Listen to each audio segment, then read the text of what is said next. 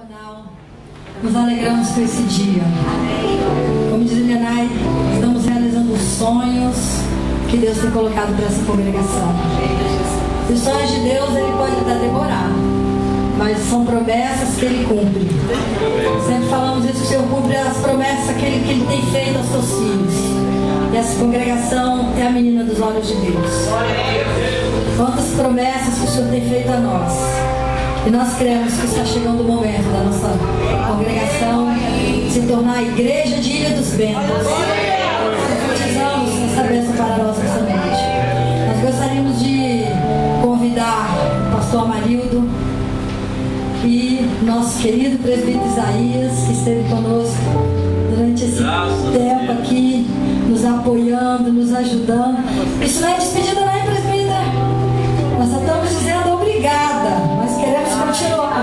O pastor falou lá de aqui, então vamos aproveitar e falar para nós também, tá, pastor? O pastor puxou para o lado da igreja, eu já puxo para o lado da igreja. Eu percebi, tá? Ele falou que a sede está de braços abertos para receber o Senhor. E nós continuamos com nossos braços para não deixar ir. E nós gostaríamos de dizer ao pastor Marido que ele é muito bem-vindo. Essa congregação te recebe de braços abertos. Mas não é isso tudo que está aqui não, tá? É congregação mesmo. Isso aí são pessoas que vêm receber o Senhor. Mas a igreja de Ilha dos Bentos está de braços abertos para receber o Senhor. A irmã Kédia também, gostaria de convidá-la. Estava por aqui. A Débora, a Evelyn e o Joãozinho. Por isso nós estamos dizendo, sejam bem-vindos.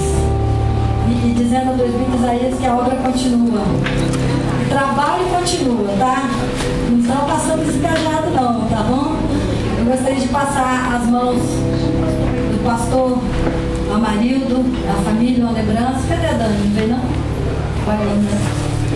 E a mão do presbítero Isaías em agradecimento, convidando o pastor Sidney, que esteja entregando essa lembrança à família do pastor Amarildo.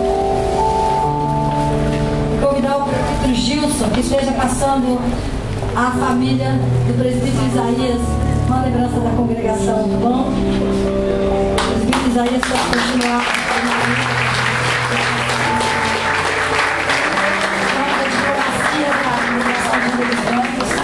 Nós homenageamos vocês, agradecidos por que há de vir e pelo que já foi feito.